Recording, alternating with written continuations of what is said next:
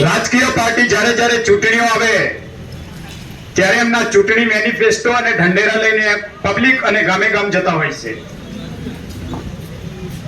અહીંયા ઘણી બધી વક્તાઓ વાત કરી કે ભાઈ આમ આદમી પાર્ટીથી ડરવાની જરૂર નથી. હું પણ તમને કહું છું કે આમ આદમી પાર્ટીથી કોઈ ડરવાની જરૂર નથી. આમ આદમી પાર્ટી એક પ્રાદેશિક પક્ષ છે અને એનો ચિતાર તમે જાણો. પહેલા કે દિલ્હીમાં 2011 ની અંદર અન્ના હજારે આંદોલન થયું અને અન્ના હજારે જે આંદોલન હતું એ ભારતની અંદર લોકપાલ બિલ લાવવા માટે અન્ના આંદોલન થયું. એ અન્ના હજારે આંદોલન એ લોકપાલ બિલના પ્રણેતા હતા.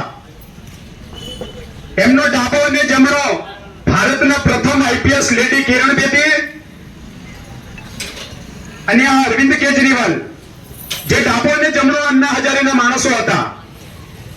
અને 2011 ની અંદર દિલ્હીમાં સ્વ અને શ્રીમતી શીલા દીક્ષિત દિલ્હીના મુખ્યમંત્રી હતા. હેડ્રિક અને 15 વર્ષથી કન્ટિન્યુ મુખ્યમંત્રી હતા.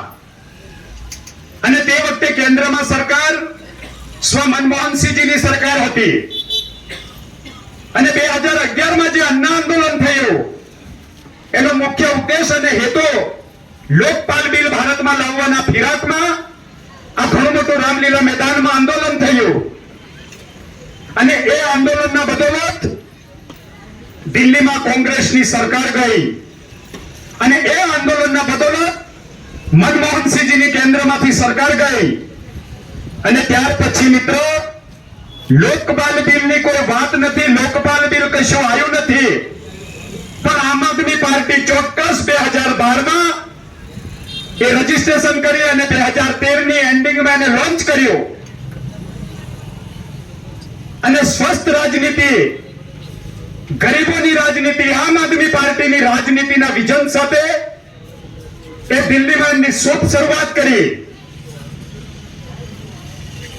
ચોખ્ખી રાજનીતિની વાત, વિકાસના નામ પર. અને કિરણ બેદીએ ભારતીય જનતા પાર્ટી જોઈન કર્યું. પેલા ભાઈએ આમ આદમી પાર્ટી લોન્ચ કરી અને ખૂબ મજબૂતાઈથી દિલ્હીમાં ચૂંટણી લડ્યા. દિલ્હી એટલે મિત્ર ભારત દેશનું એપી સેન્ટર કહેવાય.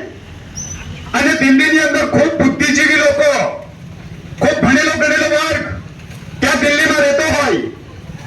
એમની જે લોભામણી વાતોમાં આવીને 2013 વિધાનસભાની ચૂંટણી થઈ એમાં આમ આદમી પાર્ટી સરકાર બનાવવા પૂરતી બેઠકો ન લાવી શકી અને કોંગ્રેસનો સહારો લઈ એને દિલ્હીમાં ગઠબંધન સરકાર બનાવી અને આપણા શીલા દીક્ષિતને હરાયા. અને ત્યારબાદ મિત્ર લાંબો સમય સરકાર ન ચાલી એટલે ફરી દિલ્હીમાં બાય ઇલેક્શન આવી અને બાય ઇલેક્શનમાં એમને પ્રચંડ બહુમતી મળી અને પ્રચંડ બહુમતના જોરે દિલ્હીમાં આમ આદમી પાર્ટીએ સરકાર બનાવી. અને સરકાર બનાવ્યા બાદ લોકોએ એમને કોઈક સારી અપેક્ષાના હેતુથી સરકાર બનાવી. ત્યારબાદ ફરી બીજી ઇલેક્શન આવી, એમાં પણ કોઈક મોટી અપેક્ષા રાખીને અરવિંદ કેજરીવાલને સરકાર બનાવી.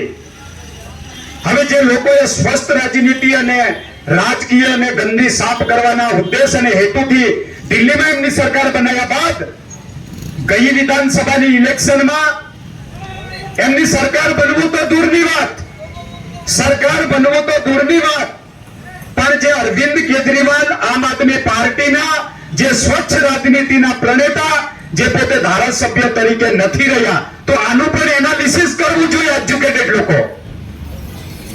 હવે એના સુપ્રીમો જો દિલ્હીમાં એમની સરકાર ના હોય અને ગુજરાતની અંદર 2022 માં ગામડે ગામડે આમ આદમી પાર્ટીના કાર્યકરો એમના પડદાઓમાં દિલ્હીનો વિકાસની વાત કરી, મોહલ્લા ક્લિનિકની વાત કરી, સારી સ્કૂલોની વાત કરી, ડેવલપની વાત કરી અને આપણા આદિવાસી જે ભોળી પબ્લિક હતી એમને જે સ્ક્રીન પર બતાવી એમને વાત કરી અને ભીડવી. અને 2022માં ઉમરગામથી અંબાજી સુધી જે 27 અનામત બેઠક પર આદિવાસી લોકોને ભોળવી પટાવી અને ફોસલાવીને સૌથી વધારે ગુજરાતમાં આદિવાસી વિસ્તારમાંથી આમ આદમી પાર્ટીએ વોટ લઈ ગઈ.